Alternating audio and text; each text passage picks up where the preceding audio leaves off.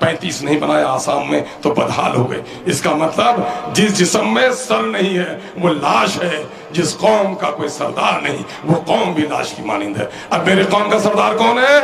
Barrister Asaduddin Owaisi. آؤ ایک نعرہ انقلابی لگاتے ہیں، ہم رخصت ہوتے ہیں. میں جو بولوں گا وہ بولو گے؟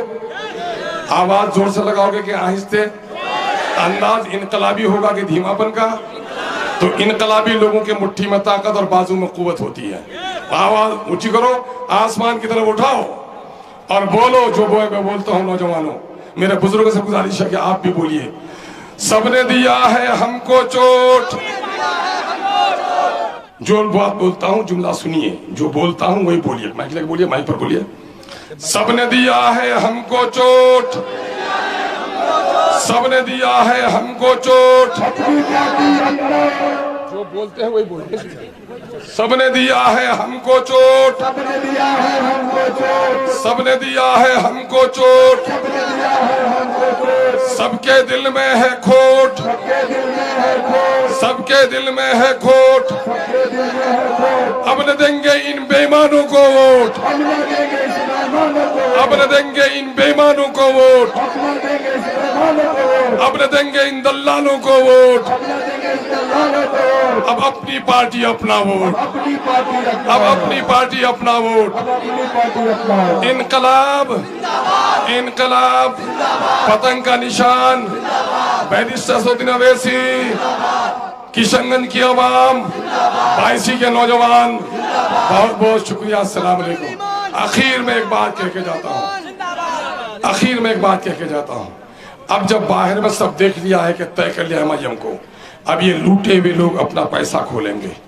کچھ دلالوں کو افواہ پھیلانے کے لیے بازار میں چھوڑیں گے.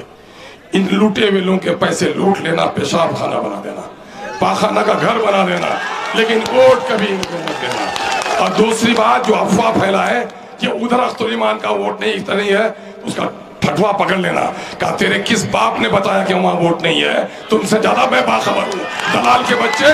تو یقین جانو، ہمت اور حوصلے سے کام لو. جب کوئی قوم صداقت پر اٹھتی ہے، اوپر والا اس کی مدد کرتا ہے. بہت بہت شکریہ. السلام علیکم. آداب.